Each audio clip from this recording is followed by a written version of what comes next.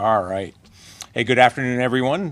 Thanks for joining us today. It's great to see such a huge turnout, actually, for this event. I'm Randy Padfield. I'm the director of the Pennsylvania Emergency Management Agency, and it's great to be here during National Telecommunicators Week to be able to really talk about some of the advancements of the 911 system and some of the great work that's been done. The ability to quickly access emergency services requires a robust 911 system. It's a system that helps both those who need help and emergency responders who provide the help. Telecommunicators at Pennsylvania's Public Safety Answering Points, or PSAPs, because we have to have an acronym for everything we do, process more than 14 million requests for service each year. Round the clock, telecommunicators provide life-saving instructions to callers, guide emergency responders to where help is needed, and help those responders stay safe. This week, April 12th through the 18th, is National Public Safety Telecommunicators Week and gives us a chance to recognize and thank them for the work that they do every day. It is a career choice that is not always easy, but it is an incredibly rewarding way to serve their community. As the Commonwealth prepares to host a multitude of large-scale special events here in 2026 throughout the state, such as the NFL Draft, the FIFA World Cup, and the America 250 celebrations that will be occurring across the state, the need for an effective 911 system is even more apparent. The Shapiro administration has prioritized a stable funding stream to be able to support county-based 911 operations. This includes the monthly 911 surcharge that we all pay on our phone bills, which provides millions of dollars to county public safety answering points to be able to support their programs.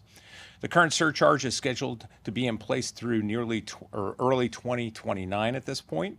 Since 2015, the surcharge has been essential to support the planning, coordination, testing, and implementation of next-generation 911 services across the Commonwealth. And you'll hear a little bit about the capability of that system from some of the other speakers.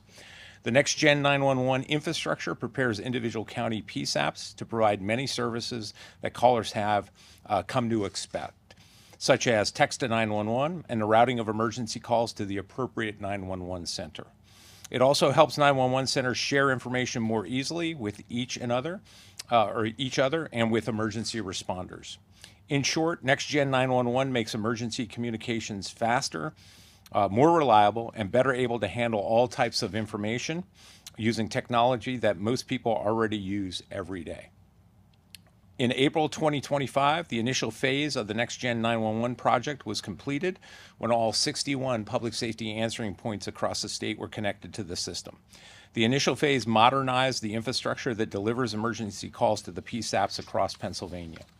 But this is only the beginning. As public safety professionals, we are required to think ahead and anticipate future needs of the system and technology that may be needed to be able to support the system and the service that everyone deserves.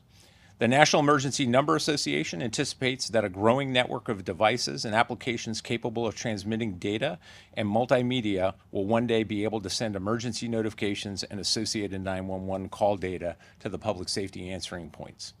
We're referring to things such as in-home alarm sensors, wearable medical devices, and connected vehicles, and we're seeing some of that now across the United States. These devices will generate a high volume of alerts and data updates as they're integrated into daily life, which means more 911 calls and an increased workload for the public safety answering point or the 911 center staff. Despite these ever-changing challenges, our 911 telecommunicators rise to the occasion every day across this great Commonwealth. And today, during National Public Safety Telecommunicators Week, we're happy to highlight the work of a group of telecommunicators from 3 different public safety answering points who work together despite the miles between them to support one another and provide seamless assistance to a 911 caller back in February. At this point, I'd like to turn it over to Jeremy Brown from the East Central Emergency Network to be able to provide comments. Thank you, Director Padfield. So yeah, I'm here to talk about the event that occurred on February 26th of 2026. We had a 911 call ring on an overflow line in the 911 center. That phone call was answered by one of our dispatchers, Sean Reifendeifer, from the East Central Emergency Network. While dispatcher Reifendeifer was getting call information, shift lead supervisor at the time, Phil Yoder, was attempting to make contact with Mifflin County, because we knew the call was an overflow. We were having issues with that, and at the same time, where is he there? Jake Showers from CSR, through our shared CAD, noticed that we were having issues and jumped into action and started making contact with Mifflin County. All in all, the information got provided to the proper PSAP, and the caller got help. The call was answered. So I'd like to thank everyone for being here, and happy to Telecommunicators Week. I'll turn it over to John Gray from CSR. Thank you, Jeremy. Good afternoon. As Jeremy said, my name is John Gray. I'm the Operations Director for Central Susquehanna Regional 911. And of course, it is always good to be able to meet under these types of conditions and recognizing not only this event, but Telecommunicator Week as a whole, and the thousands of events telecommunicators handle throughout the year. More often than not, telecommunicators are not aware of the outcomes of incidents they handle. But none of that matters if the call is not delivered and the resources are not able to be dispatched. That very well could have been the case here back in February, had it not been for the modern technology, the shared systems, and of course the heads up thinking of the dispatchers working that day. Very early on in dispatcher training, we place a large emphasis on situational awareness. And generally we focus that attention to be the activity within the room or activity within the coverage area.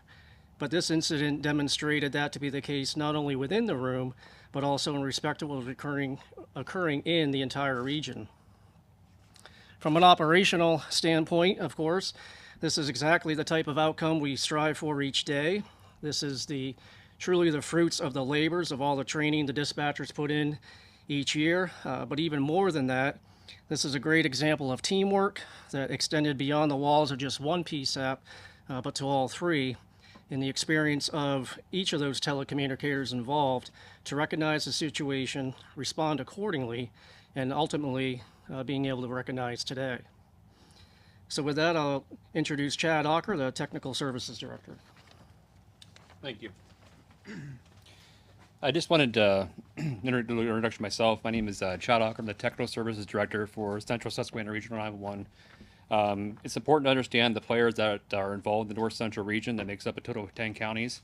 And I'll go over them collectively as Tioga, Lycoming, Sullivan, Clinton, Columbia, and Montour, which makes up East Central, Northumberland, Snyder, Union, which is CSR, and then Mifflin County.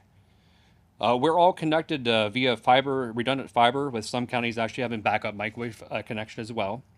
In this case, Mifflin County was experiencing a higher than normal call volume, and our region's network's designed for diversity so that the caller's experience did not delay when calling 911. There's other systems that have taken place that contributed to this call being answered in a time and manner, which is our regional CAD system, which is actually hosted by our office here and shared with East Central and also Northumberland County. And it's a master database that actually connects the predetermined responses for police, fire, and EMS across the region.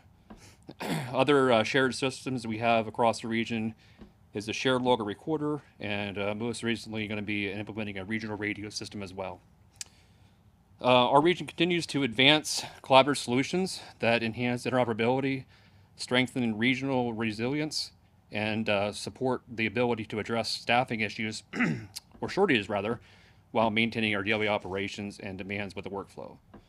It's important to understand that all this is being completed with Act 34 funding, which is our region continues to apply for each calendar year.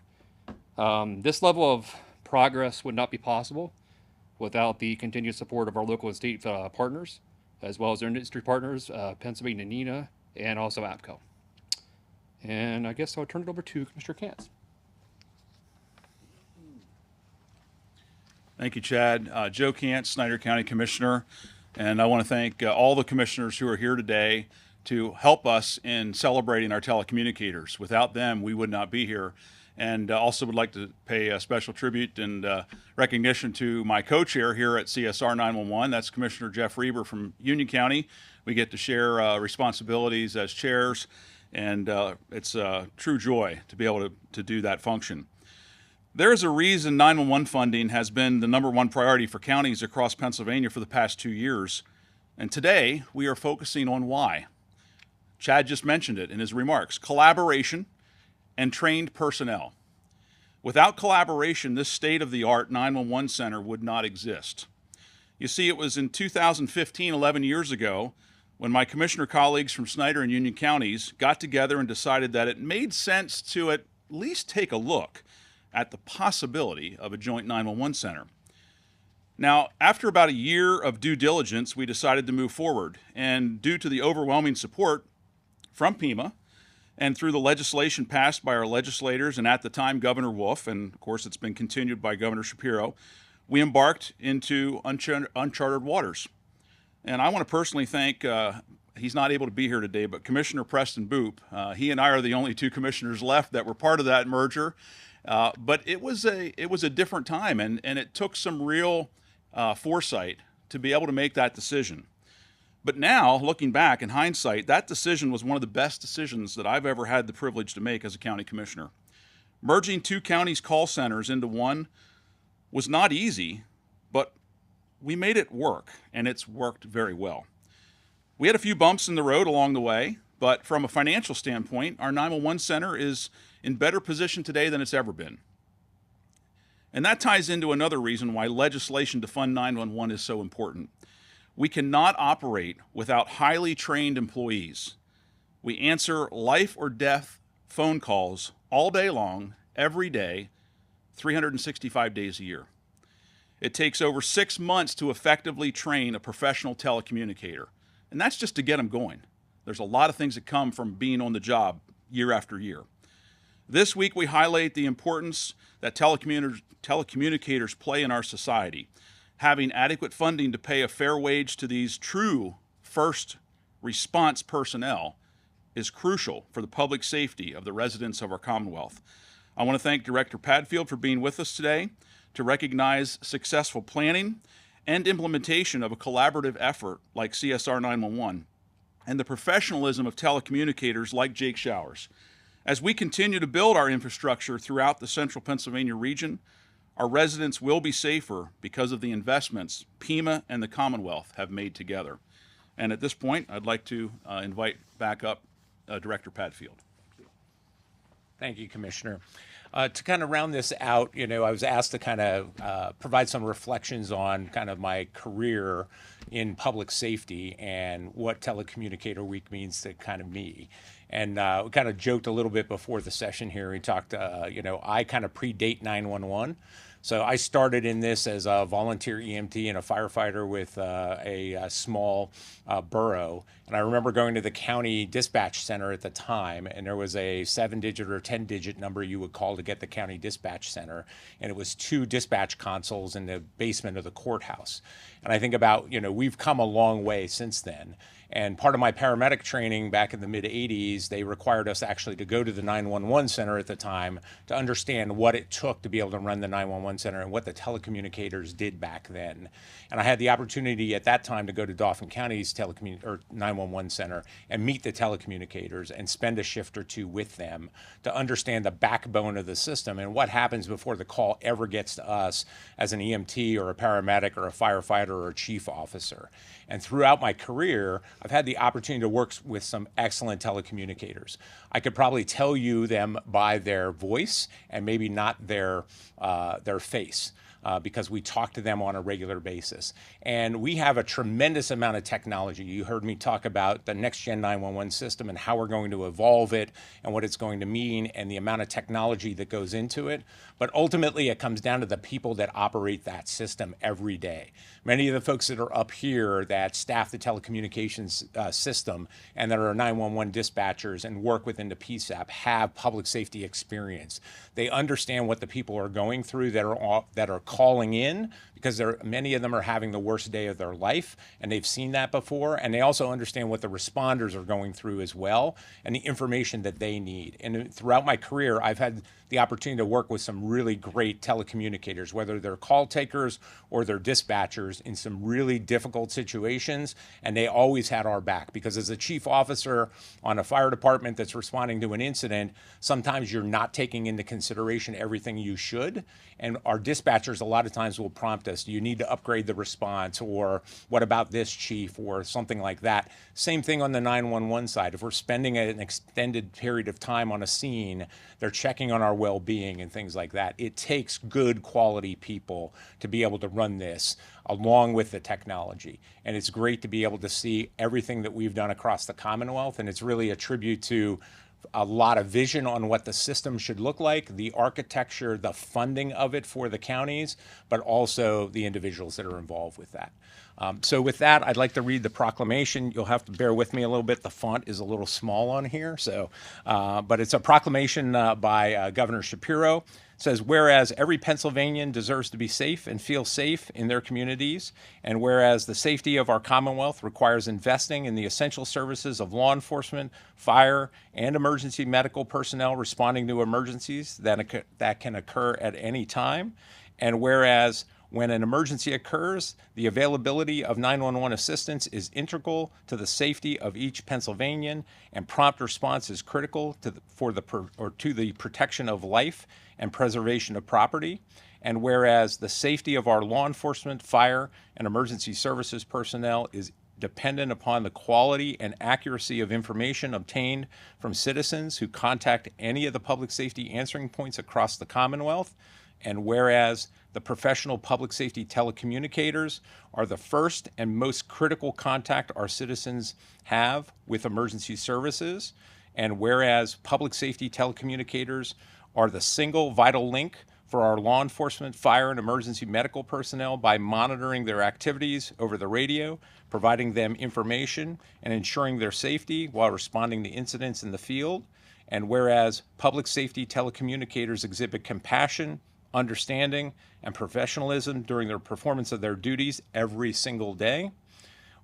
Therefore, I, Josh Shapiro, Governor of the Commonwealth of Pennsylvania, do hereby proclaim April 12th through the 18th of 2026 as Public Safety Telecommunicators Week, in honor of the skilled professionals whose compassion, diligence, and ongoing pursuit of excellence keep our citizens and emergency services personnel safe. Given under my hand and the seal of the governor at the city of Harrisburg this 23rd day of March 2026, the year of the Commonwealth of 250th. Signed, Josh Shapiro, Governor. Thank you very much for coming. We'll open it up for questions. I'd just like to take them aside if I could, the three. They're the most important folks, so that's good. So I'm gonna Oh, fix all right. Anything else? All right. Hearing none, again, thank you very much. It's great to see such a great turnout today and to be able to recognize the folks that are kind of behind the scenes that deliver for the residents and citizens of the Commonwealth every day when they call 911. So thank you.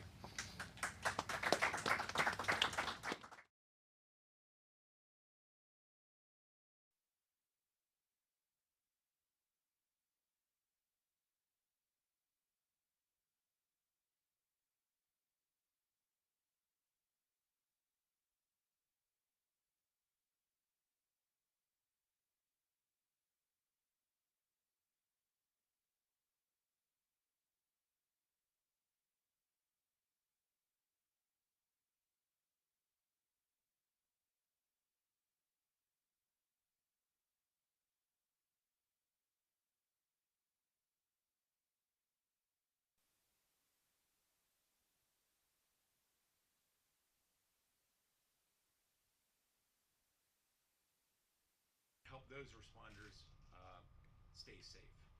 This week, April 12th through the 18th, is National Public Safety Telecommunicators Week, and gives us a chance to recognize and thank them. I'll turn it over to John Gray from CSR. Thank you, Jeremy. Good afternoon. As Jeremy said, my name is John Gray. I'm the Operations Director for Central Communicator Week as a whole. dozens of events telecommunicators handle throughout the year. More often than not, telecommunicators. Trevor, go that way just a little Yeah. bit. So we Sorry. took a 911 call. There you go. Sean Ray today for SEA. Okay. All right. One more? Okay.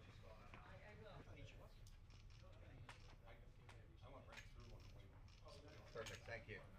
Good, good. Thank you, sir. Thank you. Thank you. Real quick, what's your name? Phil Yoder. Phil Yoder.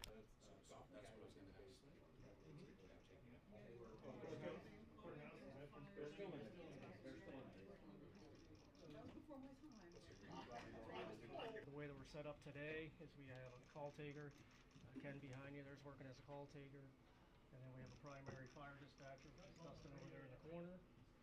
Unit assigned to them. Anything on the left-hand side of that would be calls that are pending, which are overnight. The one that has a primary with green on it, the right there is our GIS mapping data, and then the one on the left is another mapping program, a third-party vendor we use, Rapid SOS, and that's call delivery through wire ability with that as well. The one there that has the emblem there in the back, that's our call handling or call taking software with PowerPhone. So the dispatchers can kind of set it up however they want, wherever they're used to looking at it. So he's on board, been here